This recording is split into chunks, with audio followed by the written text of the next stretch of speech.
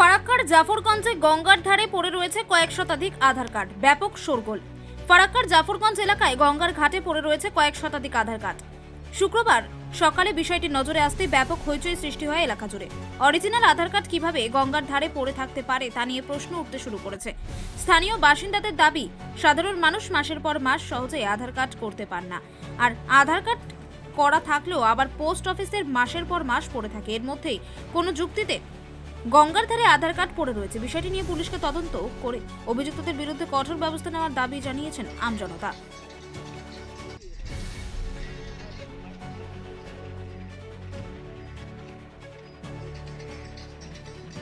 দুর্ভাগ্য ঘটনা, মানে এটাই হচ্ছে আমাদের আধার কার্ড ছাড়া কোনো ডকুমেন্টস বানানো হয় না, আর আধার কার্ড ছাড়া কোনো সরকারি কাজে কোনো কিছু হয় না। আধার ছাড়াই মানুষের মানে অচল।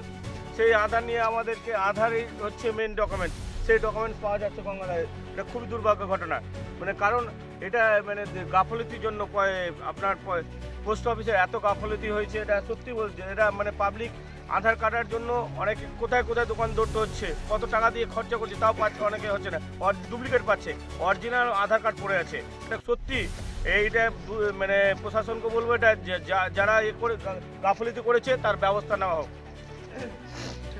পোস্ট অফিসে এখনো জানেনি, এটা পোস্ট অফিসে ফোন করে জানানো হয়েছে। এটা হচ্ছে জাফরগঞ্জ পোস্ট অফিসে। এটা জায়গা না হচ্ছে বেনিয়াগ্রাম, পোস্ট অফিস জাফরগঞ্জ। আমার নাম পিন্টু মণ্ডল।